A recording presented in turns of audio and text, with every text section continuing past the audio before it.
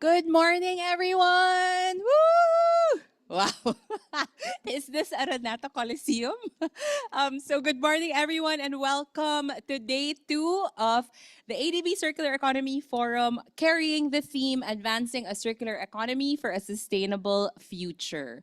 So my name is Anna Oposa. I am the Marine Conservation and Circular Economy Specialist of ADB's project to reduce marine litter in Asia and the Pacific. I'm also one of the organizers for this forum, and I will be your MC for this morning for Track1. So welcome. This is the first conference of ADB on circular economy, so we're happy to have you here as part of this historic event. Historic event. And this is in line with ADB's Environment Action Plan, which runs until 2030. So you have come to the right track. Come to the right track. This is on sustainable finance. Track 1 is all about enabling conditions. So yesterday we actually had a panel on legal frameworks and policy, and today is going to be about sustainable finance. So what are the tools and approaches to finance to transition to a circular economy? We have 3 incredible speakers. First one will be talking about environmental credits and auditing. Then we have project bankability, what makes a project bankable. And then finally, what is the business case for refilling? There's a lot of talk on alternative delivery methods, but is it financially viable? How does it work with the behavior change component? So those are the things that we're going to be talking about today. And then later, after the break, it's going to be on aligning circular economy strategies with the Sustainable Development Goals. So that will be here in the same room at 11 o'clock.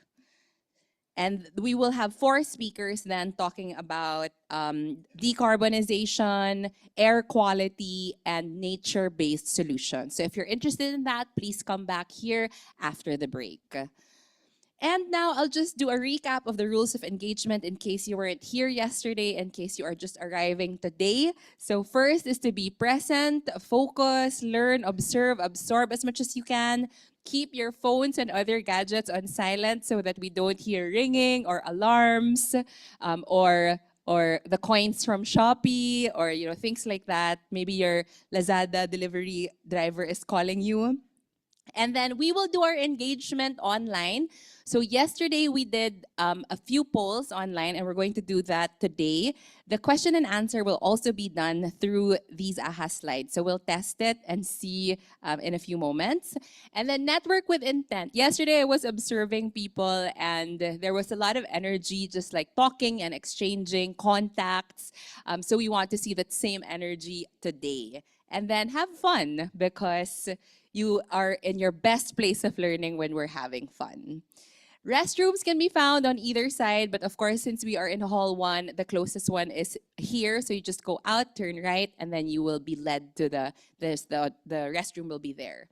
Coffee and snacks will be available outside. One of the feedback that we received yesterday, I was looking through the feedback forms, and there was one that was like, please provide tables to eat inside the auditorium. Unfortunately, we cannot bring food and drinks inside here, but we can network outside with the tables.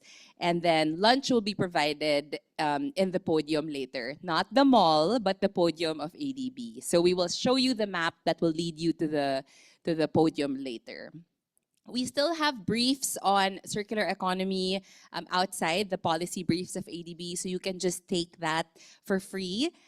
There's a charging station there at the back, so if you need to charge your gadgets, feel free to go to the back and plug in your gadgets. If you haven't claimed your free notebook and plantable pencil, who here received their notebook and pencil from yesterday? Yes, so there are still a lot available. So, but you cannot duplicate because your name, your name has your to see if you've claimed it or not. But we still have a lot. So if you haven't claimed it yet, please go and take it. The pencils are super cute and they're plantable. I don't know what did you guys get yesterday? Citronella. Did you notice the wrong spelling in citronella? I think it's like citrulena or something. So you can, it's a collectible, a collectible. So you can check out that one. I think I also saw violet and sage, but I don't know what the other options are. The the the notebook cover is made from recycled plastic. So please, if you haven't gotten it, that is your memorabilia for this first ADB Circular Economy Forum. I saw some people posting on social media, and if you are posting on social media, please don't forget to use the hashtag ADB Advancing Circularity, tag at ADB Environment on X, at ADB underscore HQ on Instagram, and at Asian Development Bank on LinkedIn. And then, of course, like we always say, please ensure that you have the consent of the people that you're taking a photo with and make sure that they also look good, that you're not the only person who looks good in your photos. If you haven't downloaded the event app, you can also download it. You can see, well, all the information in the app is also available on the website that we've created. But here you can just, with a few taps, see the bios of the speakers, the exhibitors, and then the map of ADB facilities that you can, I was going to say you can explore, but no, don't explore. Just stay within where we are. And now let's see if our AHA slides work. I will invite you to do our check-in question. It's also a way for me to see what the vibe, what the general vibe is of the room. So the first check-in question is your well-being of greatness.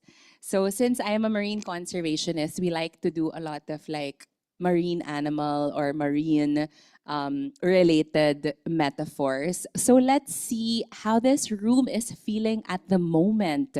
Are you feeling like a whale? I can do great things. Are you feeling like a puffer fish? It's a little bit gloomy outside, so when you wake up, it's kind of like, oh, will I go today? Will I not? So thank you for being here. Um, Turtle is just keeping calm, and shark is you're feeling restless. So how are people feeling? I'm surprised that we haven't seen a puffer fish. The vibe is great in this room. We have almost half of the room is feeling like they can do great things, feeling like a whale.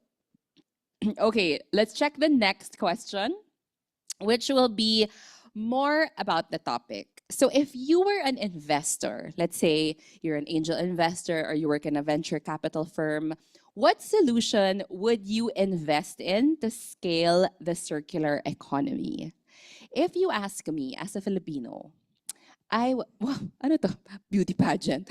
I would invest in reverse logistics because as an archipelago, I think it's one of the challenges in the Philippines because we're over 7,000 islands, second only to Indonesia with 17,000 islands. But reverse logistics is one of our biggest challenges, and it's very hard to transport things back. So I think that participants are typing WTE infrastructure, so that's waste to energy. Other answers, P-fund system and nuclear energy, fuel from waste, change packaging. Yes, that's a big question mark and a big challenge, right? Because when we want to shift to a certain packaging, we also have to ensure the integrity of the product that we are packaging. So it's not that easy to just shift right away. I would invest in innovative recycling, reuse infrastructure and systems, yes, solid waste management. I would invest in non-green washing, not green hushing. It's my first time to hear the word green hushing. I always learn so much from the other yesterday in the opening panel, I learned about the term charging anxiety. If you listen to the panel with the electric vehicles, charging anxiety. So batteries also get anxiety, not just people. Awareness to policy, yes, definitely. Citizen education and strict enforcement of waste segregation at source. Bioplastic research. Lots of great input here. E-waste reporting and management. Yes, that's one of the biggest gaps, I think, in circular economy when it comes to recycling certain products. Okay, so we have a good good collection of inputs here. I think we're ready to start our session. I'm so excited to learn from our speakers. And if you have questions for them, you can stay on that slide. You can stay on that link, and you will see the Ask a Question slide. So anytime you have a question, you can put it there. And it would be best if you address it to the specific speaker. So, for example, if it's for Macy, if it's for Claire, or if it's for Laarni, you can put like for Claire and then ask your question there. So, with that, we're ready to start. Our first speaker is going to be talking about environmental credits and auditing. So, Macy Añanuevo serves as the team lead for Deloitte Philippines Sustainability and Emerging Assurance Unit. She has over 18 years of experience in sustainability, covering work in strategy development and operationalization, stakeholder engagement, and building sustainability culture. Her research interests have included coral reef ecology and fisheries, decent work in the aquaculture sector, and science communication. Let's all welcome Macy.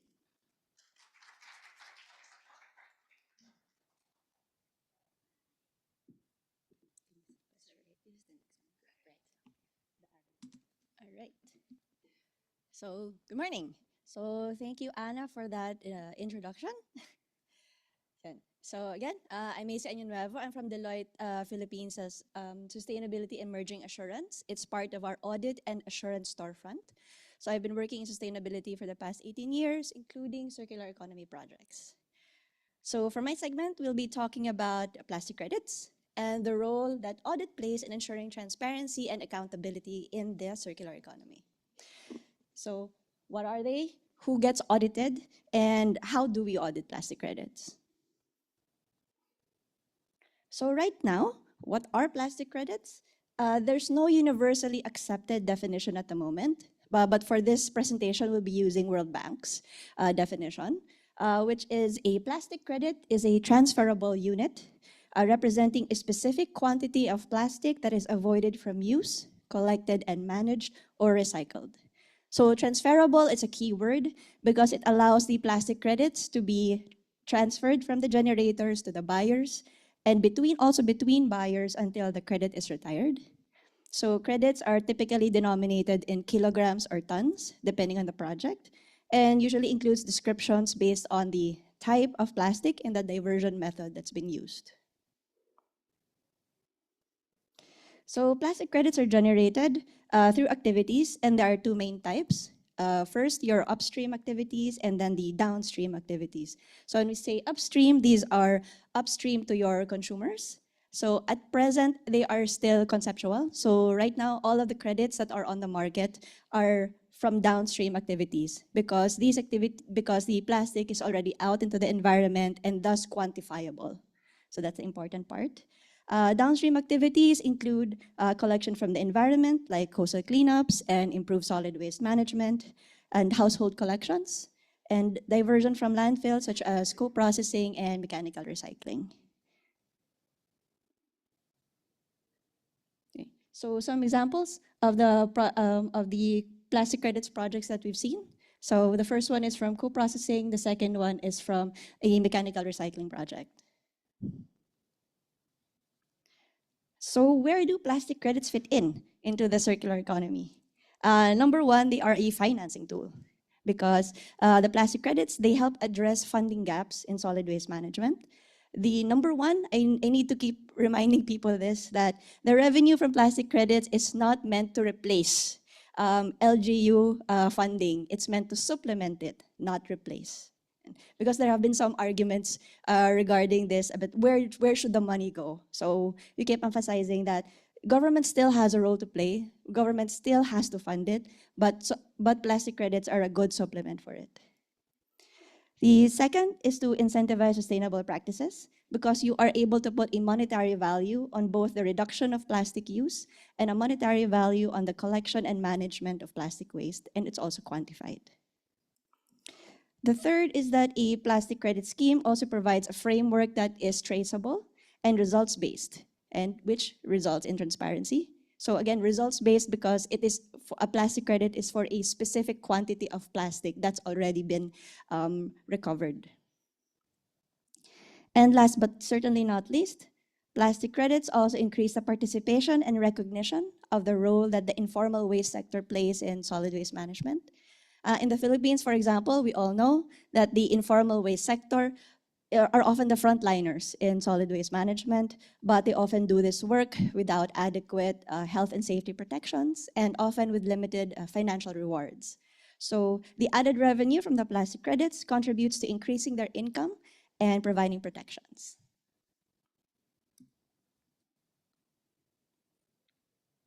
So of course, there are challenges as with any system.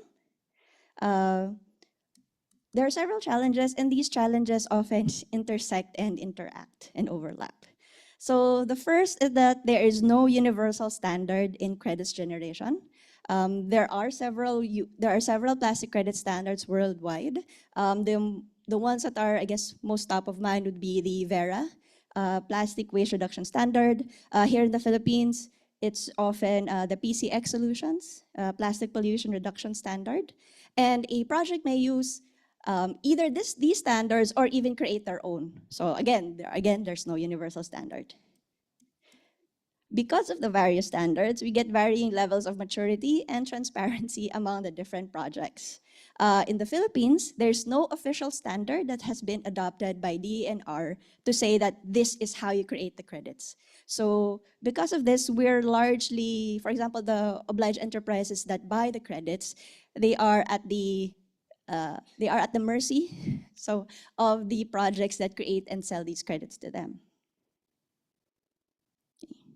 The third is that plastic credits themselves vary greatly in pricing, depending on the type of plastic, the diversion method, and where the plastics are collected and managed. So, I guess some things we've encountered. For example, here in the Philippines, in general, rigid plastics such as HDPE, PE, and PP are already collected because the mechanical recycling for them is already mature. So the junk shops pay for this plastic, so our informal waste collectors already get them. However, flexible plastics such as multi-layer sachets and plastic bags are often not collected because they are considered low value, and so they're not recycled because, again, the infrastructure for recycling the flexible plastic is not yet that mature or not as widely available compared to mechanical recycling. Because of this, we expected that the prices for rigid credits would be lower. The prices for rigid credits would be lower compared to flexible credits. However, in practice, it's actually not the case because, to our surprise, the plastic recyclers, the mechanical plastic recyclers, not all of them participate in the EPR. They don't generate credits. So actually, there's now a competition for the rigid plastic feedstock between the recyclers who do participate in EPR versus who do not. So what happened is the prices for rigid credits are actually higher compared to flexible. Also, for example, flexible plastics are usually taken in by co-processing facilities. So co-processing facilities require less cleaning of the flexible plastic. They can take in a certain percentage that they're dirty or that they have organic components with the flexibles. So that lessens the processing cost. So the flex credits are lower in price compared to the rigid credits. Also, as Anna said earlier, we're an archipelago, so transportation costs also factor in. And so transportation costs from the collection areas to the diversion facilities would also affect the pricing. So in the provinces, there are fewer recycling and processing facilities. So you would either have to pay more to transport them to the cities that have these recycling facilities, or there's no collection at all. However, there's also an additional incentive to put up these recycling facilities in the provinces because you do have that feedstock. Okay. Also, as I mentioned earlier, some diversion methods may have less operational costs compared to others, which also affects the pricing of the credits. Number 4, there's also the possible double counting of the credits that are issued along the supply chain. So again, it's a supply chain. So waste management does not happen in a vacuum. You have your informal waste collectors. They go to the junk shops. The junk shops go to the aggregators, then the aggregators, it's transported, and then they go to the final waste diverter. So in the supply chain, who has the rights to the credits? So in the Philippines, the EPR law does not mandate on who gets the credits. However, you have to have that agreement along that supply chain on who can sell the credits. So if it's not established outright, you run the risk of various players along the supply chain issuing credits for the same amount of plastic that was diverted. We had this issue before because, for example, we had a recycler who was working with us, and then aside from recycling his own, he was also collecting PET bottles and then selling them to another recycler. So he was trying to sell us the credits also for those PET bottles. So we asked them, okay, what's your agreement with the final recycler? Who gets the credits? And then our waste diverter said, no, it's mine, but show me the paper. Where is your contract with this waste diverter that you get the credits? So he eventually came back to us and said, oh, I'm sorry, the PET bottle recycler will be claiming the credits. So, okay, so that means that you can't because the other person is already claiming those credits. Okay. And last but not least, plastic users may be disincentivized to reduce plastic usage because they can just buy their compliance through the purchase of credits. So at this point, all credits, no matter how they are produced, are considered equal compliance in the EPR law. So depending on the company, it may be cheaper to continue buying the plastic credits rather than changing their BAU. Okay. So topic of my talk, where does auditing come in? We see it as a way to improve the maturity and transparency of credit generating projects, and also as a way to ensure that there's no double counting in the system. So who gets audited? So audit requirements vary based on purpose and location. In the Philippines, it's the obliged enterprises that are audited. At present, because of the DNR issue, the DNR released compliance reporting and audit guidelines. So according to the audit guidelines and according to the EPR law, it's the obliged enterprises that are audited. So right now, we use the agreed upon procedures with DNR. DNR worked with the Auditing and Assurance Standards Council, or AASC, where Deloitte is a member of, to come up with these agreed upon procedures. And right now, there is a movement towards limited and reasonable assurance in the future, but right now, we're using agreed upon procedures. So just to explain, so the audit report is issued by the independent third-party auditor. The independent third-party auditor audits the plastic waste footprint of the obliged enterprise.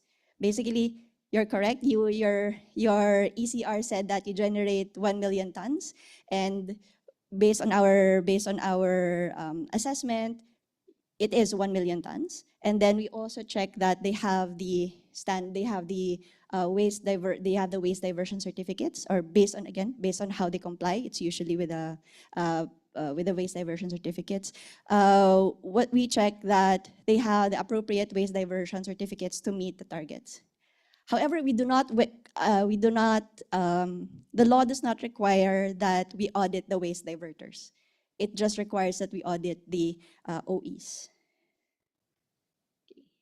So in comparison, so again, we mentioned that for audit requirements, it varies according to purpose. So in other EPR programs abroad, who gets audited is the waste diverter. It's not the OEs. So in comparison to us. So for example, in the UK, Brazil, and India, they audit the waste diverters, the ones who issue the certificates. But the obliged enterprises who claim these credits are not audited for their plastic footprint.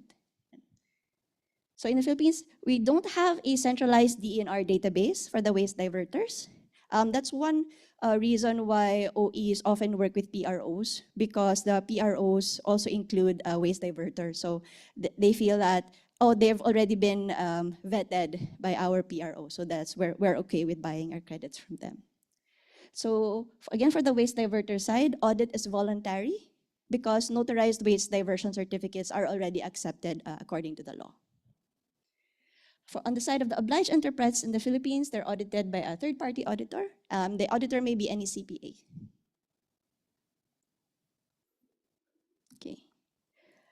So that's for the Philippines. So in a plastic crediting cycle, so for example, if you work using a plastic standard such as Vera or the PCX solutions, so the plastic crediting cycle is similar to how you generate carbon credits also. So for example, you have your project design and development. So you design the project according to a particular standard. The auditor comes in to validate that yes, your project does meet standards. Then you register the project with your standard setter, you implement it, that you collect your plastic credit, you collect the plastic waste, you generate the credits. And then before you issue the credits, you have the verification, which is conducted by the auditor again, to ensure that the project was done in accordance to the standards requirements and that the number of plastic credits issued is correct. So once you do that, you have the credits issuance, and then it's put on sale on the market, and then you have your buyers. Whether it's a trader, like I buy these credits and then sell it to another company, or it's bought directly by the company and then retired as part of their voluntary or required plastic reduction programs. So to close out the presentation, why get audited? Number one, it improves internal systems because facing an audit forces you to have better data management systems, which helps with the overall operations of the project. Second, it builds trust with your stakeholders because your plastic credit buyers know that their impact is legitimate because again, it's been supported by an external third party. Number three, it fights fraud.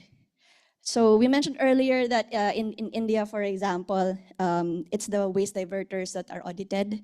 However, however, the audit requirement only was put into place in 2023. So the EPR has been operating there since 2016, but the audit started in 2023.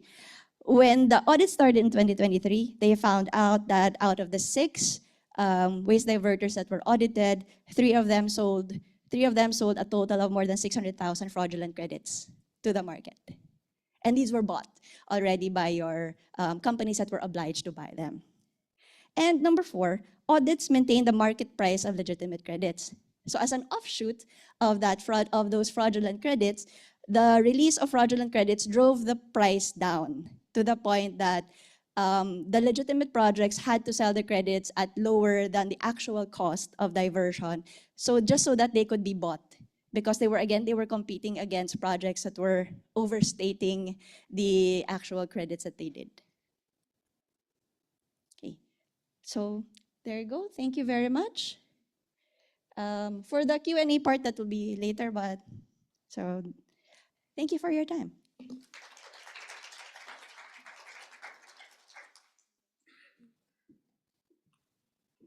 Thank you so much, Macy. I remember when the EPR law in the Philippines was being deliberated, there was a lot of talk on whether the plastic credits provision should be included or not, precisely because it's complicated and it's messy, and it raises a lot of questions in terms of like double counting, which I appreciate Macy talking about. And that's why auditing is so important. And I like how Macy started by saying like they're not meant to replace funding by the government. Like that's just one of the tools that can be used. So thank you for clarifying I'm sure a lot of people here have questions. And if you have any questions, you can use the same slides that we shared earlier. So it's ahaslides.com/track1. So you can put in your questions there and you can specify if it's specifically for Macy. Now, from environmental credits and auditing, let's move to project bankability. If you look at the easels here, there's easels here on the left side, of your left side, and there's financial resources there. So people are asking for funding, for grants, for access to loans. But what is it really that makes a project bankable? What makes a project something worth investing in? So that is the topic of our next presentation. And Claire Alambic is a project and corporate finance professional with a robust background in investment and structured finance. Since joining ADB in 2017 as an investment specialist, Claire has been instrumental in driving infrastructure projects for the private sector, successfully closing transactions across Thailand, Vietnam, Cambodia, and Laos. Her expertise in the region has significantly contributed to the development and execution of key projects, including deals in the circular economy. So let's all welcome Claire.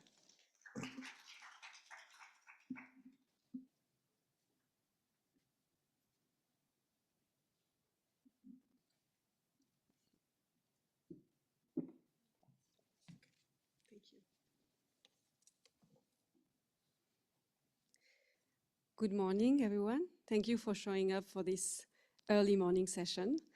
It's good to see the room is almost full. So, as mentioned, I am part of the private sector operations department of the ADB. I know ADB is a black box for a lot of people, but you know ADB has sovereign operations and non-sovereign operations. So I am part of the non-sovereign operations, meaning we finance private sector companies in our developing member countries.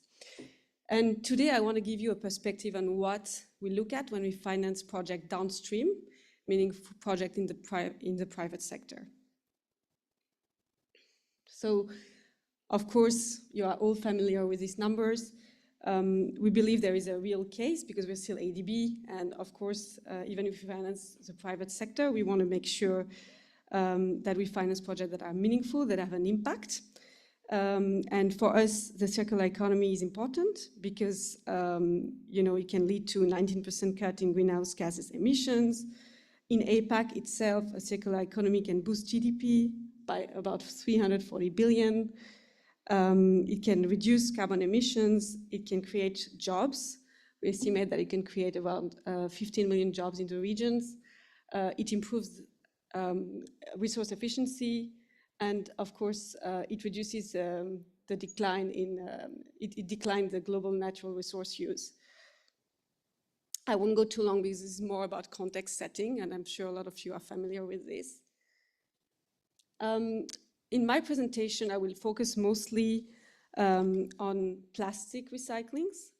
However, I just wanted to highlight in this slide that actually circular economy can be done in many different sectors, not just plastics. There are many sectors that are ripe for disruption, and we are starting to see these projects coming. However, it's still nascent, and we haven't done financing yet in those sectors, but it's coming up. You have the mining, quarrying industry, petrochemical, which is mostly linked to plastic, non-metallic minerals, metals and equipment manufacturing. And the opportunities that we are starting to see now, but we don't really have a concrete project finance yet, but I'm sure in the coming couple of years we will, is electric vehicle battery recycling. This is a very hot topic. Repair and reuse of car parts, cooling and heating solutions, and new markets for agricultural waste management. And one of the key topics that is coming up is SAF, Sustainable Aviation Fuel. We have financed a deal in Pakistan, I think it was signed this year. And this is also a very hot topic, and bio-waste as well on top of plastic recycling. So I just want to mention the role of the private sectors in transitioning to a circular economy.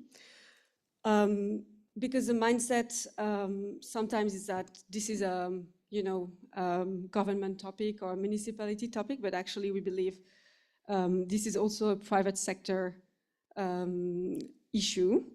Because there's a lot of research that actually shows that alone the government bodies cannot do it all by themselves. And the private sector also cannot do it all by themselves. They should work together to make the transition from a linear to a circular economy happen. It's because the challenge is very big.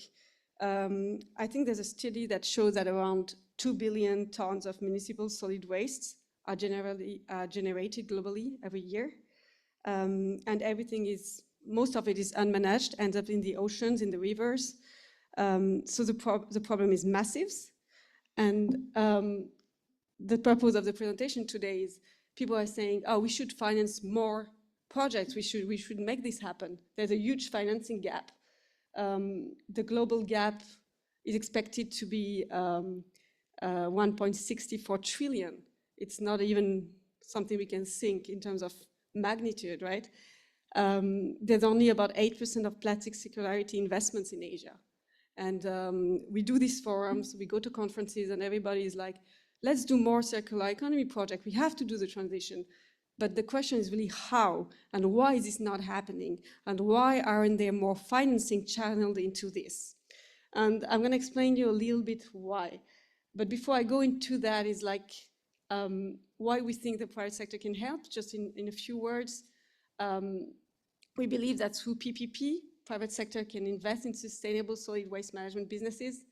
They can innovate, find technologies that are more innovative. They can redesign value chain, cut resource consumption and waste, adopt new business model. So now the important question that you're all, of course, wondering is, what is a bankable project? So I think I will go from the left to the right. So there are different factors that makes a project bankable when we look at it from a banking perspective. And a key foundation for bankability is the presence of an enabling legal and economic environments, because investors will look at jurisdiction with clear regulations, stable macroeconomic conditions, enforceable contracts, and effective dispute resolution mechanisms. For circular economy projects, this also includes supportive policy around waste regulation, extended producer responsibility, carbon pricing, or credit, plastic credit, as was mentioned, or what are the restrictions on import or export on recycled materials. This will also have an impact. So that's the first bucket. Then the second one, which is quite critical, is having a strong project sponsor. It can be a company, it can be a consortium of company, it can be a government entity with a proven track record, which actually invests along with a private sector company in project development and in operation. And why is this so important? It's because a credible sponsor brings technical capacity and financial strengths. And usually they have experience and they can enhance the confidence of the projects for the execution, long-term sustainability of the project. Third, the technology used must also be commercially viable. So I get approached by a lot of, I would say, early stage or startup companies who have developed a technology, but the technology is very early stage. It's not been scaled yet. It's not been proven. So it's very hard then to have confidence to finance a project. Because that's the case in many countries, that circular economy projects, because it's a nascent industry, it involves new or emerging technologies. And while we want to encourage innovation, financiers and banks in general, they prefer technologies that have been de-risked through previous developments and scaled. Another thing that lenders and investors look are predictable cash flow. So the project, usually, if you want to finance it, they should have clear revenue streams, ideally through offtake agreements or long-term contracts, but also through long-term purchase agreement for the feedstock. And this will provide, of course, income stability, reduce exposure to market volatility, which is usually something that lenders will look at. And finally, an increasing number of lenders, not only DFIs, but even investment banks, require willingness to comply with high environmental and social safeguards, or standards at least, which includes like adhering to international frameworks, ensuring that risks related to land use, labor, biodiversity, or community impact are identified and mitigated. So the project that integrate these ENS standards or safeguards early in the planning stage are not only more bankable, but they're also more aligned with the global sustainability goals, which now a lot of financial institutions are pursuing. So you see there are many things that make a project bankable. So now let's discuss a bit about the challenges and in the circular in finding bankable project in the circular economy, and why not, which explains the number from the beginning, the 1.664 trillion gap. So finding bankable projects in this sector in APAC is not easy. I'm talking about developing member countries, which excludes Japan, Korea, Australia, right? So I've been trying to originate deals and to finance projects in this field for the past 5 to 7 years, and it's really not easy. We're facing a lot of challenges, and I think the first one is the most obvious one that everybody I'm sure is aware, is the collection systems and infrastructure. There's still in many of our DMCs, developing member countries, nascent plastic collection and segregation systems. And many municipalities are lacking formal waste management collection systems, especially in rural areas. And oftentimes when the infrastructure does exist, it doesn't support the separation of recyclable plastic from organic or hazardous waste. So the quality of the waste collected, even if it's collected, is not really great as well. Many markets actually struggle with limited availability of high quality input waste for recycling, as I just said, because of the poor sorting, and waste is often mixed, and it makes it very difficult to recover the plastic to be then sent to recycling factories. There is also instability in the supply of feedstock for recycling. So there are unpredictable volumes of incoming material that can be transformed effectively. As was mentioned by Messi before, you have a lot of times in our DMCs, the small waste picker who then go to the giant shop and then to the aggregator, and they cannot certify how much ton of waste they can collect every month or even on a yearly basis. It depends on the consumption, it depends on how much they can in a certain area collect in a certain sometime season of the year. For example, Chinese New Year, maybe you will have more plastic waste. Other part of the year you will have less waste. So it's fluctuating a lot. And this fluctuation creates a supply-demand imbalance, and it causes fluctuation in the price of the feedstock as well.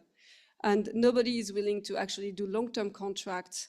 None of the aggregators are willing to do long-term contract to guarantee a price for more than maybe 1 to 3 months, which makes it, if you link it to my slide before about bankability, predictable cash flow are very, very complicated to get in that sense.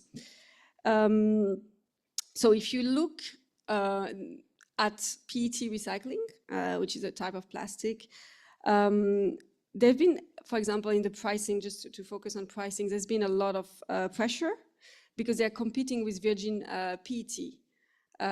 So if the price of the virgin PET is declining, there will be pressure on the price of recycled PET to decline as well, or it will just appear as very expensive compared to PET. So the incentive to actually transition to recycling is not really there. So that's a factor as well. And I remind you that virgin PET is derived from fossil fuel, so it's really not sustainable. So I think that this dynamic highlights the importance of policy incentives, which can level the playing field between, for example, virgin PET or recycled PET. And for instance, in parts of Europe, certain policies have helped the demand for rPET. I think Europe is at the forefront, the European Union, and this is something that maybe some countries in Asia can take as an example of. Because in markets where regulations are absent or weak, the bankability of the project is weaker as well, and the gap is hence bigger. There is also this offtake risk. Even though you think that these big corporates have a lot of demand for recycled PET, like Coca-Cola, Pepsi, and etc., when there is a headwinds in the political level, let's see what's happening in the US now, you can see that some of these corporates are also scaling down their commitments to recycling. So even though it seemed like, PET packaging is in high demand, actually some some political moves or some regulations have a high impact on the demand as well.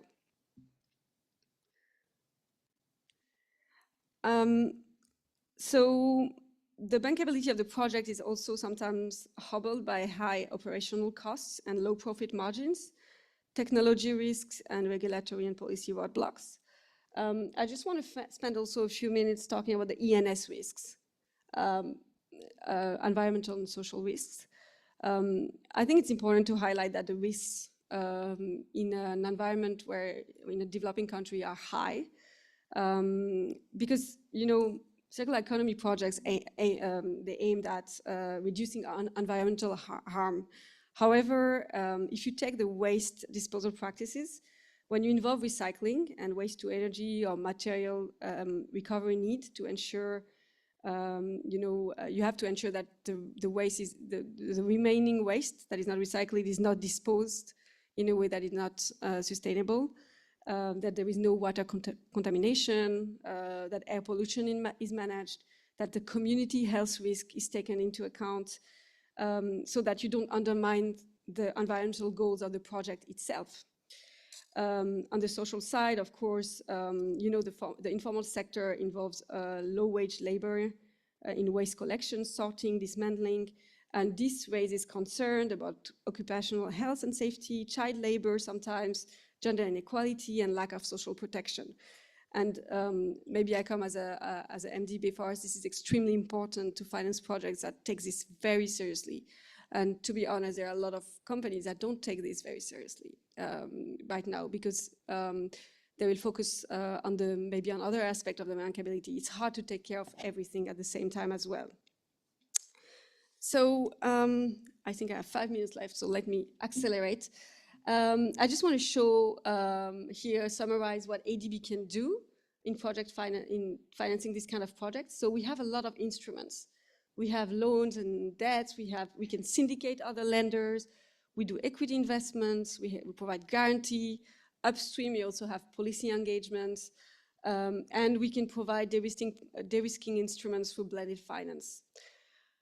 And now I think it's interesting to provide case studies. So I have 2 case studies. I will go very quickly because I think I'm running out of time. But the first one is a regional blue loan project for Indorama Ventures. And Indorama, is a big petrochemical company, and they have a recycling business as well. And we provided a $50 million loan through our own ordinary capital resources, and then $50 million through another fund that ADB is managing, which is called LEAP. It was back in 2020, and the purpose of the financing was to finance recycling plants in India, Indonesia, the Philippines, and Thailand, so 4 countries. This was our first loan in the recycling sector. There were multiple countries involved, 4 countries. And because of that, we structured the deal as a corporate loan, meaning we relied on Indorama cash flow base. We didn't do financing project by project. And because getting comfortable with a feedstock of 4 countries for one financing would have been very challenging. So in that case, relying on the cash flow of a big petrochemical company who has other cash flow sources was much easier. So we realized that a corporate loan will have a bigger impact in this case because of scalability, and we could lend across country. It also avoided high transaction costs, legal complexity, while having the impact we wanted. So you can see that I was saying just in the slide before that we can do debt instruments, and we have different modality of that. You can do corporate loans, like in this case. And why would you go for a corporate loan? I think we go for corporate loans in the circular economy because we think sometimes it's the most effective tool because it's faster to structure, it's more flexible, it allows companies to fund multiple circular economies at one time, not just a standalone project. And you have less emphasis on this feedstock risk because we rely on cash flow from different businesses. You can rely on the company's overall credit strengths. So it's a powerful tool to accelerate the transition. Then just the second modality of debt that we can explore is project finance. And that's what we did for the Alba Blue loan for recycling project. It's called PT Alba 3D Plastic Recycling. It's in Indonesia. And it focuses also on plastic bottle recycling, PET. And we also provided, so in this case, we also provided 22 million from our own ordinary capital and 22 million from the LEAP fund. And this was really a landmark transaction for us. So this is project finance, meaning it's limited recourse. So this financing was not available on the market at all. So ADB was really making a difference. It's a nascent industry, and this is food-grade PET recycling, so it really brings value. It can be exported. But I want to say that the work that went behind the scene to do these finances was quite extraordinary. We had to tackle numerous challenges, make many complex decisions, getting the financing off the ground. It took over 1 year to structure this. And we went for project finance first because of the sponsor. It's a very strong sponsor. The Alba Group is a German company originally, created in the 1968. They have very strong credentials. They operate many facilities across the world. They have a turnover, so they're profitable. They have leading expertise, and they had projects in APAC before, Indonesia, in China notably. The project was hence well designed, well equipped to contribute to the circular economy. Food grade PET, as I said, which is more, adding value as well. So they deployed the state-of-the-art technology, closed loop recycling, and also the contractual and structural arrangement was tight. They had adequate cash flow. I know I have to wrap up. Let me just finish on this slide. They had adequate cash flow. They had a feedstock supply partially mitigated through some arrangement with a local company, Waste Speakers, and offtake agreement as well. And then in terms of structuring, we had a 6 months buffer in terms of debt service reserve account. We had adequate, buffer in terms of financial covenants that were put in place. So that's why we could provide this long term, it's over 10 years financing. And we believe it has a really good impact. The project is on track, it's being built. And for that reason, we went for project finance. But you see, it was much longer to close than a corporate loan that I showed before. I just want to say that, to wrap up, that ADB can really facilitate the transition towards a circular economy because of the way we are structured as ADB. Maybe you're familiar with World Bank and IFC. They are separate entities. As ADB, we work under one roof. And this is unbelievably helpful for the circular economy. Why? Because you can work upstream, midstream, and downstream. So I would say midstream and upstream is about project preparations. So I'm actually working on projects now in Vietnam, and we have been able to work with a great consulting company through our CCSD and the sector group to prepare market study to understand the feedstock in Vietnam, for example. We can map the value chains to identify things. We have diagnostics tools. When we identify opportunities, we can work with our ENS colleagues already at early stage to make sure that the ENS requirements are taken into account. We can have sectoral benchmark and pricing tools that are tailored to circular mode. And as I mentioned before, we have de-risking instruments. So people are usually asking for grants, right? They say, give me $3 million grant so I can put my project.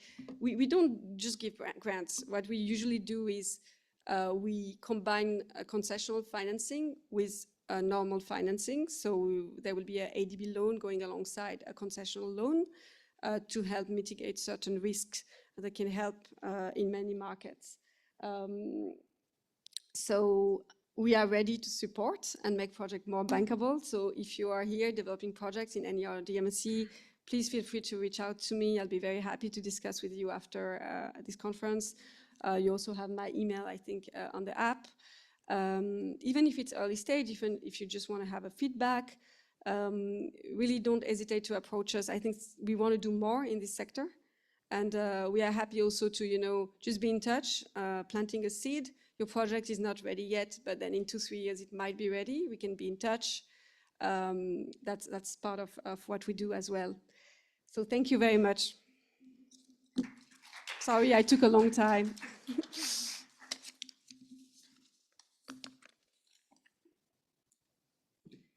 Thank you so much, Claire. Even if you took a long time, a lot of people were interested in your presentation. I saw people taking photos, and there are all these questions already showing up in the AHA slides. So if you have more questions for Claire, please drop them in ahaslides.com/track1. So I can already see some questions about bankability, and if there's a minimum amount for ADB to invest in. So just a quick recap of some of the highlights. There's only 8% investment in plastic circularity, and yet there is a 1.65 trillion gap in investment. I can't even imagine how much money 1.6 trillion is. I mean, at a certain amount, they all just start to be imaginary numbers for me. So imagine how much money 1.6 trillion is. Okay, for our last speaker. So the first speaker, we talked about credits and auditing, and then we talked about bankability. We wanted one case study to be grassroots and local. And one of the big questions, or one of the big solutions that people have been saying about circular economy is alternative delivery systems. And one of them is refilling. So instead of plastics, instead of sachets, refilling is one of the solutions being promoted. But we wanted to learn, what is it really like to implement a refilling solution? Do people follow it? What's the behavior change? Is it financially viable? So our next and last speaker for this session is Laarni Cancho. She is one of the 5 women founders of Luntiang Pamumuhay Inc., also translated as the Green Way of Life. I just translated that. Is that correct? Also known as the Back to Basics Eco Store, a zero waste refillery in Quezon City. They also have a booth here. So if you go to the hallway at the entrance, when you walk into the ADB headquarters, you can check out their booth. They're selling some stuff there, so you can check it out and support this enterprise. She is a top performer graduate of the Zero Waste Academy Asia Pacific cohort of 2022 to 2023. She was a former bank executive, so many years ago she would be working in some place like this. But she left the corporate arena in 2018 to establish a mission-driven business and volunteer on zero waste-related initiatives. Let's all welcome Laarni.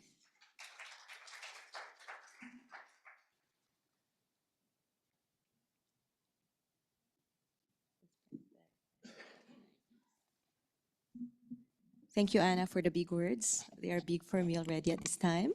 Good morning, everyone. Raise your hand if every time you do your shopping at a grocery store, you would get frustrated with the amount of plastic that you are dealing with.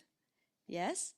And then keep those hands raised if you think that we could minimize, or better yet, avoid this plastic packaging.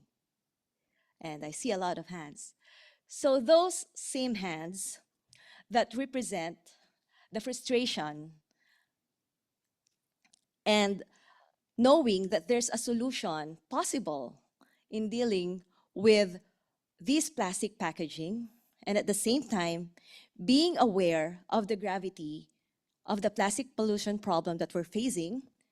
And of course, we are driven by passion to make a difference, to make a positive impact on the people and the planet. The intersection of those emotions and state of mind is what brought Back to Basics Eco Store to life. Back to Basics Eco Store is a refillery grocery along Maginhawa, Quezon City. And we are a store that a store that carries eco-friendly products, and we promote sustainable consumption among our customers. And we also encourage the reuse and refill of containers, especially when it comes to plastic packaging, especially when it comes to essentials packaged in plastic, because our main goal is to reduce plastic waste, especially the single-use plastics. We started small. Our well-curated products at the store carries home cleaning products, pantry staples, and personal care. We started small. We still are small up to today. In 2019, through pop-up booths, we contacted our friends, which most of them are from the NGOs, and maybe some of them are here. Hello.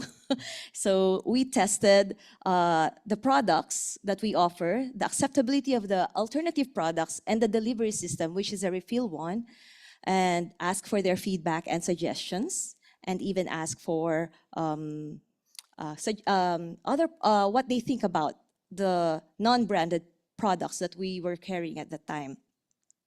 So we were supposed to open in 2020, but the pandemic hindered the opening of our store, but it did not stop us from offering refill products through a door-to-door delivery with container swaps. So that was a good, at that time we pivoted to delivery, and I think that was a good strategy on our part, because during the pandemic, of course, delivery was the way of bringing these grocery items to the people. And of course, we did this on a weekly basis since the pandemic started, until we were ready in 2022 to open our physical store in Maginhawa. So I hope some of you can visit our store whenever you happen to pass by Quezon City. It's very near UP, the University of the Philippines. So we have thrived so far. Our physical store in Maginhawa is now on its third year. And we are known to our customers and friends as a zero waste and sustainability advocate, and we do knowledge sharing in the store. So more than just selling refill products, we do knowledge sharing, inviting credible speakers to talk about the real issue on plastic pollution and real solutions. And we try to heighten the awareness of our customers. So more than just selling, we tell the stories behind each product and their rationale why we do these things. We are also proud to be a member of the Asia Reuse Consortium and recently the Philippine Reuse Consortium, which promote the reuse and refill system, and we are pushing for standardization of and providing infrastructure for reuse, because we believe that reuse is a real solution in tackling this plastic problem. And last year, we were recognized by the Quezon City government for our efforts in this plastic reduction. So they recognize our store for excellence in climate action, helping the city in reducing plastic waste through the 5 Rs. So this is through their Green Business Awards program.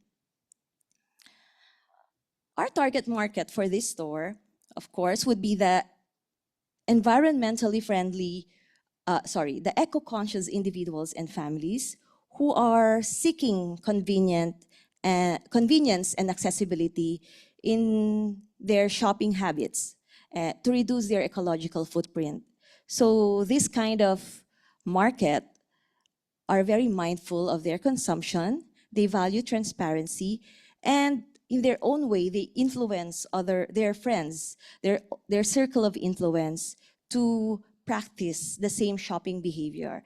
And they are very helpful in making the growth of the store to where we are now. And I want to mention also the secondary market, because this secondary market are already aware of the plastic problem, and they appreciate the idea of being part of the solution. When they discover the store, while we are saying that it's back to basics, because years ago, it's really the basic thing to do, bringing your own container to the store, but now it's a new concept. So now they appreciated the idea that they say, puede pala, or in English, it can be done, it's possible. So these secondary market become converts, transitioning to primary target markets. So, and then we hope that that's how it is, growing our circle of influence within the eco-conscious market. For our product offering, how do we choose the products that we offer at the store? Of course, we are a grocery, so we strive to be a one-stop shop, but we just don't get products as is. We try to have a criteria based on our advocacy. So as for the products, of course, because we want convenience also for our customers, we choose high volume staples. And these would include cooking oil, pantry staples, nuts, snacks, so herbs and spices. So these are all requested by our customers over time. And then, of course, these would also include household essentials, kitchen, cleaning, household cleaning supplies, and even personal care products. And of course, again, customer demand, we continuously ask our customers, and whenever we think that there's already enough volume based on the requests of our customers, then we add it to our collection. In fact, the collection of herbs and spices that you would see in our store are all based on customer requests. We only started with black pepper, and now we even have cloves, and coming soon cardamom and fennel, which usually you don't see in a regular or traditional grocery, right? So it's a chef haven to some. And of course, we prefer locally sourced products whenever possible. And that's also to support the local businesses and, of course, lower our carbon footprint. On the supply side, because that's usually what we get, asking, how do you source your suppliers? It's not easy to source suppliers at this point. We have to do a lot of negotiations. But of course, we favor suppliers that share the same advocacy that we have.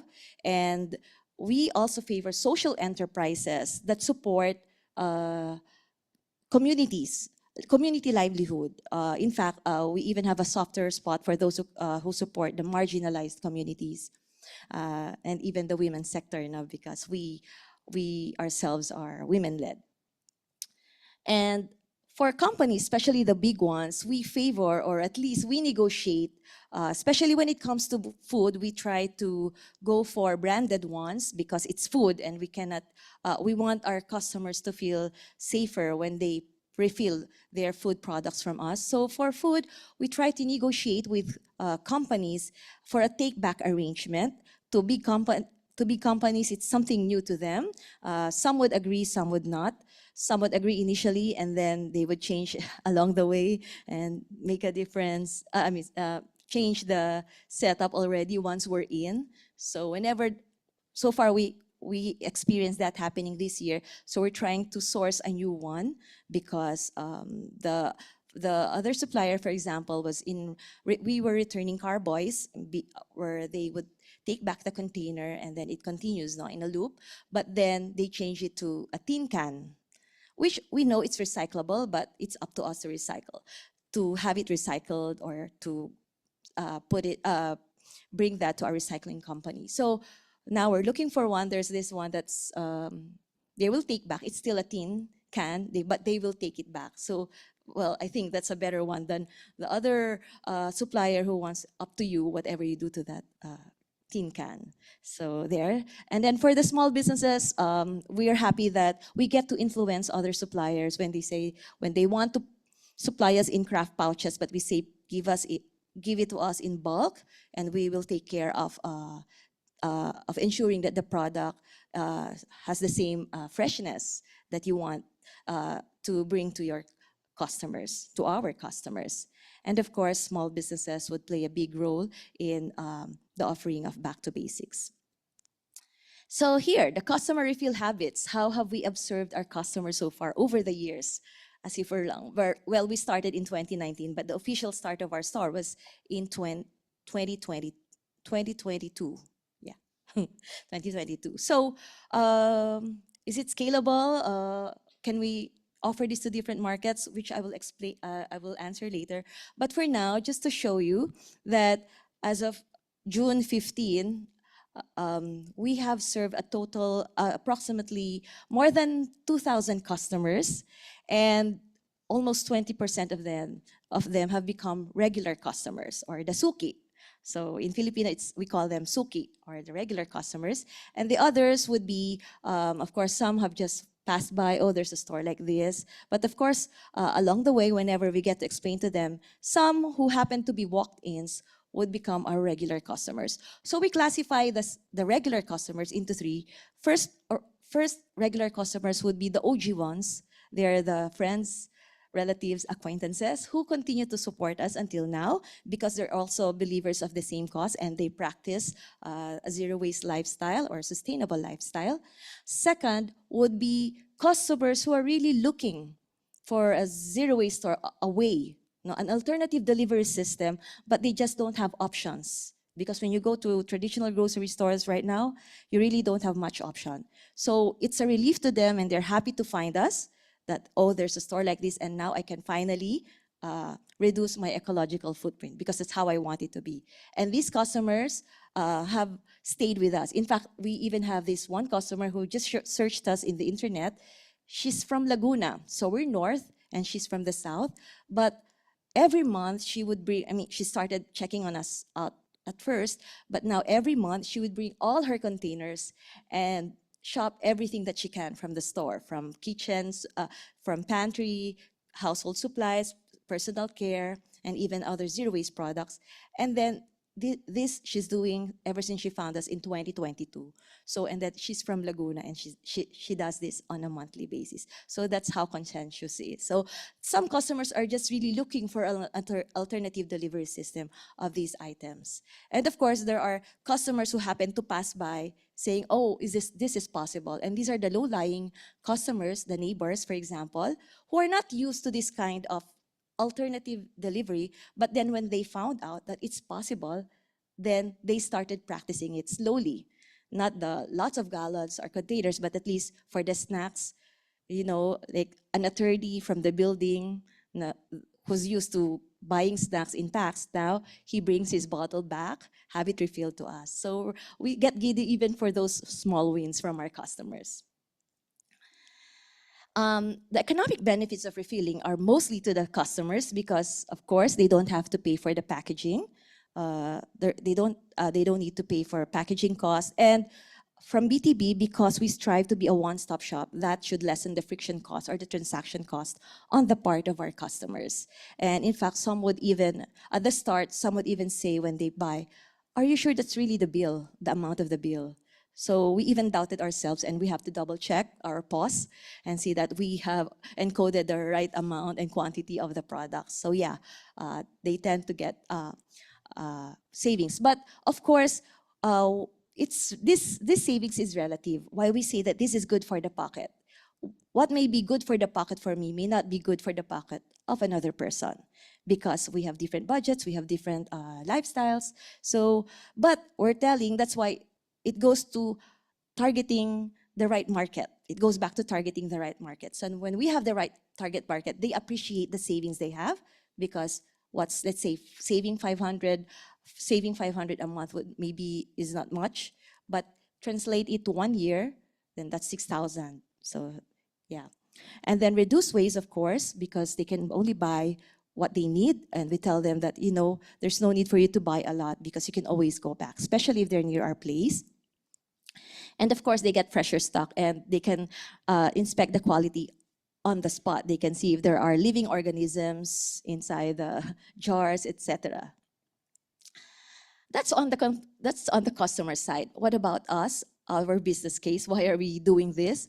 But because we are new in the market, we want to be noticed. We want our products and services to be noticed. So we have to make some space for absorbing. It's like we treat this as a marketing cost for us for now because we have to convince people to try this alternative delivery system. So we ran the risk of spoilage because there's risk of spoilage or spillage compared to one that's pre-packed.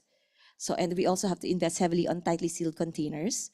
And then there's the container cleaning cost because most customers are not familiar with how to clean their containers. So we give guidance, but just the same when they're there and it's wet, so we tell them, can we just swap? And we offer them clean containers, which we have sanitized. And of course, given the limited capital that we have to offer different products. And to to get really significant discounts from suppliers, we have to buy a lot. But we have limited capital, we don't have enough storage, so that's an issue for us in terms of the impact on our cost and profitability. So far, from 2019, we measure our waste reduction effort in terms of plastic diversion from landfills. And this includes both refill and non-refills. And when we say non-refills, this includes, let's say, the non-packaged or package-free products like shampoo, unpackaged soaps. So far, we have avoided more than 100,000, and this does not include the sachet equivalent of those refilled in gallons or other big containers. And our biggest challenges, I think we've all mentioned, like the logistics and supply chain and capital requirement, and of course, consumer and educational behavior. So some would even ask, especially when they walk in, don't you have plastic because it's lighter? Because we only offer glass jars. And it's a hassle to bring it. And of course, the sanitation and regulations issues. But we also look at the glass as half full, looking at the opportunities that this business is presenting to us, like the growing environmental awareness, and that's why we are all here. And of course, technological advancements that can help make us efficient and more productive. Like right now, we do it manually, the refill, but of course, there could be, we know that it's possible to have it automated and more efficient and less prone to errors. Of course, strategic partnerships play a big role in amplifying the voice of this kind of enterprise, and policy support, which are provided by, let's say, CSOs and even our other partner organizations. And just to wrap up on this, what will help us, this kind of business, thrive? Of course, it's a green light for us if in the regulatory landscape there would be a single-use plastic ban, incentives for sustainable businesses, or probably a disincentive to those who continue to, to produce to those who continue to produce, to those who have negative externalities on the products, on the product packaging. And of course, if we can standardize the reuse and refill packaging, provide infrastructures for that, even the reverse logistics. And on the industry shifts, we're now seeing this, that more corporates are into sustainability goals, and there's a growing consumer demand for really green and blue enterprises, products of enterprises, and not green hushing. And of course, if there's a circular economy push, such as this one. And a red light for us, which is really what's actually hindering us from growing, would be some complex or inconsistent sanitation regulations, which are now, for now, is a gray area. The refilling industry is a gray area, so that's something that's not really helping us when we think of growing and scaling.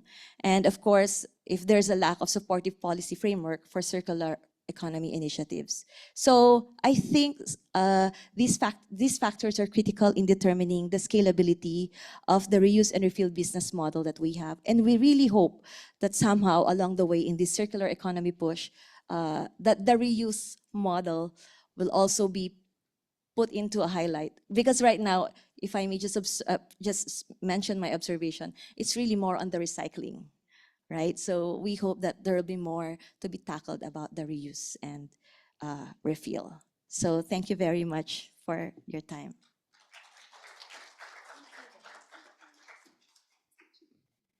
Thank you so much, Darnie. That was a great presentation. I'd like to call on the two other presenters, Macy and Claire, to join me on stage for Q&A. We have so many questions and we only have like 8 minutes to get through them. I have like 22 questions. But the good news is that the three of them are staying for the break, so you can run after them. And I'm sure there's going to be like a line of people waiting for you after this. So let me just jump to the panel.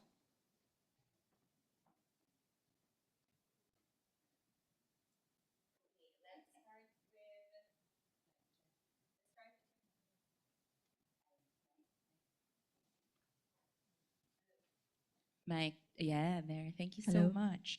Okay, so let's start with Macy with the questions for. There's a lot of interest and curiosity on um, plastic credits. I like this question. This is from Anonymous. In your opinion, what needs to be addressed to ease people's concerns on plastic credits? Because I think there is a lot of, I don't know, skepticism on plastic credits. So okay, based on what we've seen in the field, our experience, number one would be that this flows into the other question, yung how do we guarantee additionality? So for example, like right now, the EPR law does not require additionality for the plastic credits. It's just that you are recycling. It's just that you're diverting it, whether it is additional to what would have been under BAU or not. It's the same. BAU is business as usual. Business as usual. Yeah. Yeah. So for me, more oversight. Think because more oversight, more transparency, more oversight on the side of the regulators. So those are more stringent standards that everybody has to follow. Those are coming. For example, like the audit requirements for the OEs will be increasing. A lot of people have been lobbying for that already. No timelines yet, but it will be coming. There's also been a push for waste diverters to get audited as well. But again, no timeline on no timeline on when that will be happening. But that is a push. Um, yeah, more transparency and more oversight. More transparency and more oversight. Okay, for Claire, there's a question here from Mike. What support mechanisms or resources are available to help projects reach the required level of readiness before seeking funding? Yeah, so It's a great question. That's yeah. a very good question, and so first of all, I would say the developer themselves, when they establish a recycling plant somewhere, they have to do their own study around the area for the feedstock, and also develop their relationship for the offtake. You cannot just think about the plant itself outside the context of where you're locating it. So that's very important. And usually when companies approach us, a lot of time it's very small scale projects, and this preliminary work has not been done by the company itself. So we won't be able to help you if you don't help yourself, if I may say. This preliminary work, field work, has to be done by you, because you also, as an investor, you have to make sure that your project will be viable. Then once you come to us, if you have identified a location and you're like, oh, actually, I know these aggregators, I know this junk shop, or I have these collection centers nearby. So I think it makes sense to locate my plant here. Plus, there are some, facilities to export the recycled content afterwards. It's only less than 100 kilometers from a port or from an airport to, export. Usually through ports, not airports. But anyway, then it has to make sense. Then from there we can work with you on, okay, what's the gap? What do you miss? Okay, you need other investors to come in. We might know other people want to invest on this market. We have these ADB ventures which invest into pre-seed. They do smaller tickets, more like 100K, 200K. They can invest in equity at early stage. We also do ourselves equity investment, and then downstream, then we can do, as I said, project finance or corporate loans. If you have another operating plant in the country, and we can de-risk a new plant through giving us access to the cash flow of this existing plant, for example. There are many mechanisms we can think of, and then blended finance. But I just want to say blended finance, because people think it's so easy. You just give us free money, and then we make it happen. That's not how it works, right? Because there are ways to structure financing with blended finance to help de-risk certain risk. But really the main commercial risk has to be taken care by you. You have to, when you think about your project, you have to really think that it makes sense from a commercial perspective, from your point of view first as an investor for your returns. And then, okay, for financing, you have a gap, and then blended finance can can help with this gap. But it's not like, oh, I'm thinking about doing a project wherever, I know the technology, I'm not really sure about the feedstock and stuff, but I can get a grant. That's not what we offer, and no DFI on the market will offer that. And that's sometimes very hard for a small-scale developer to understand. So we're still trying to find projects that make sense commercially, and that really comes from you first. So Yeah, right. Because in the end, ADB is still Asian Development Bank. It's a bank, so it needs to invest in commercially scalable initiatives. yeah. Yeah. For La Arnie, how does your this is from A. How does your business deal with easily spoilable goods and staples? Do you use a significant amount of food grade desiccants and dehumidifiers for easily molding goods and staples? I like this question because it is a concern. One of the reasons why plastic is so widely used is because it keeps humidity and maybe pests away. So how does B2B deal with that? Yeah. So we first, of course, we decided that the place should be in an air-conditioned unit because to keep the temperature at an ideal, the recommended by food experts. And then, yes, we use food grade desiccants to ensure that the moist is kept away from the food products. But I think one thing that significantly reduces our spoilage from these food products would be the inventory management. So we know how often we should replenish the product, the movement.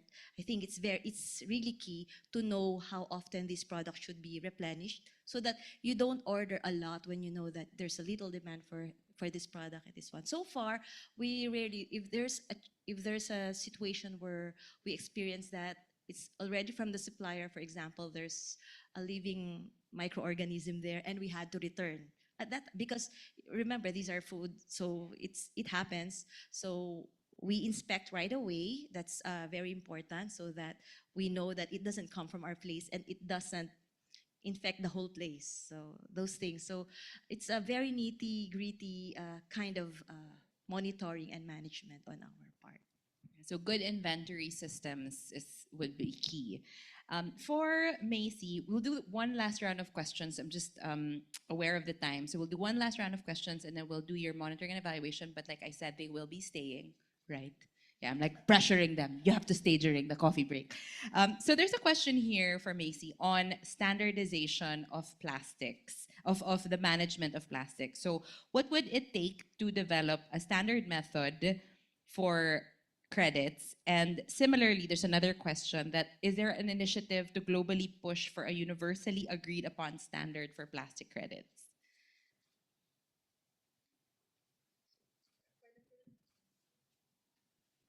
Hello.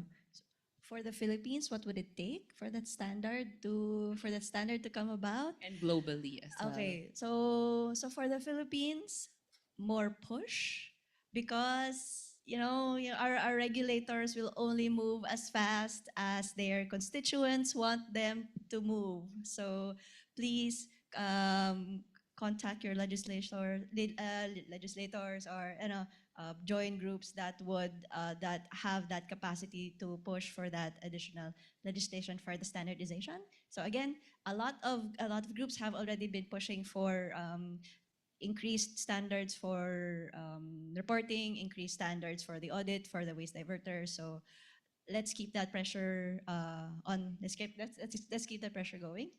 Globally, there is some movement, but there again, because there are the different standards sometimes have different objectives. So right now, there are lots of different standards, right?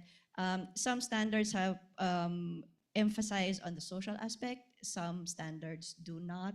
So they do have different purposes. So that's why it's a bit difficult to have just one standard for the plastic credits generation. Yeah, so it's pretty difficult. So one of my hobbies in life is to write letters to government officials. So if there is something that you want to push for, like standardization or other things, you can advocate for that and write a letter, you'll be surprised at how many people actually respond. So you, well, not just noted, diba, like received like that, but there are actually government officials who do have good responses. So it's something you can do, or you can take action also to advocate for these types of standardization. For Claire, this is actually related to the last two questions, but is how to access ADB grant opportunities to fund small scale reuse system solutions? Or is there a way to access ADB funds to promote refill and reuse solutions? But then a related question is also, what are the initiatives that ADB has done to close the big financing gap in circular economy? So there are two different questions. I think the question on grant, we don't provide grants without financing. So that just close the question, because you have philanthropic organization who would do that. We don't do that for private sector companies. We might provide grants at government level for certain specific topics, but that's different. I think the gap we're doing, to closing the gap, I think that there's really a lot of work that is done upstream by our sector team on the policy.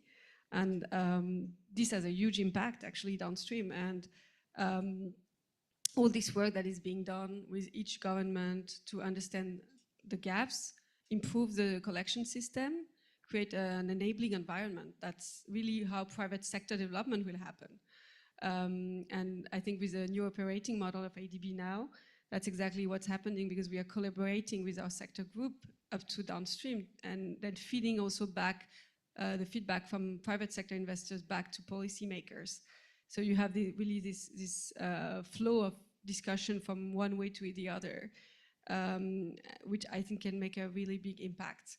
Then once a project are ready, we are ready to support, we are ready to finance. I also do a lot of calls, meetings, conferences where I meet people who are at very early stage, and I'm happy to provide kind of input or advice as to what would make this project bankable when it's ready, in a few years, sometimes in a few months, and when we would be ready to look at it. But yeah, it's not been easy, because we want to do more projects in this field, but in many countries the projects are just not ready. We also hope that we're going to see more PPP project. We have a OMDP team, so it's an office of, now it's been reframed, but it's like public-private partnerships. And I think that's also another way where we can help government to have, concessions that are bankable, where private sector companies can help and take the concessionality, the concession agreement for a few years, and that's where the private sector arm of ADB, where I'm from, can finance as well. So that's really where it can go. In terms of reuse, I think that model is, for now, I find it's great and it's very important, but it's very small initiatives here and there. It's not very scalable yet. So in that sense, it's hard for a bank like ADB to develop, because we wouldn't finance a project for just 100K. I mean, the processes that goes into ADB financing, $50 million, right? It's you're not a normal bank. We have to go to, we have our board, we have a lot of processes. It's not just so we won't do all this processing just for a very small amount. What you have access to is, as mentioned before, ADB Ventures, which is equity. It's not debt. So if you have an equity need for a very early stage project in the circular economy, they can look at it. I can provide the contact of the people later, but that's an option as well. Otherwise, you have great philanthropic opportunities as well in the market. We can provide grants, but through ADB, you won't have just a grant like that. Right. So that connects to the last question, which is, Ms. Laarni, is BTB EcoStore open for impact investments and potentially developing a franchise model? In Laguna, so that Yes. your customer Yeah, doesn't she- have to go all the way to Quezon City. Yeah, actually, she's willing to invest just so to add investment to our store, just so we can set up. She said that if ever we decide. So a lot of people have been asking about franchise for this. And for, much as we want to, unfortunately, we're not yet ready because again, a lot of things are gray areas in terms of standards. Like what we did was to just benchmark on established food restaurants in terms of hygiene and sanitation, because right now of course there's one for the food restaurant, I mean restaurants, right? But for stores like us, there's really no established or regulations on how we should conduct it. So we're we're still not sure if, just in case we do franchise of this, on how it will impact the investors. What if suddenly there's this regulation that will Right. have to adjust everything? So there's really, I think, from the private sector, we need a push first to the regulators to to standardize. I mean, to have these regulations in place. That, but we hope that it's not overly complex or stringent, Yeah. that it will hamper or hinder us from growing this kind of business. So yeah, Okay, yeah, but we're thank you. open to impact in investing, of course.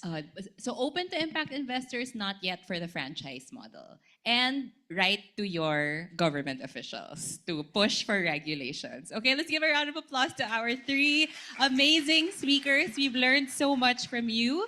You can go down now. Thank you.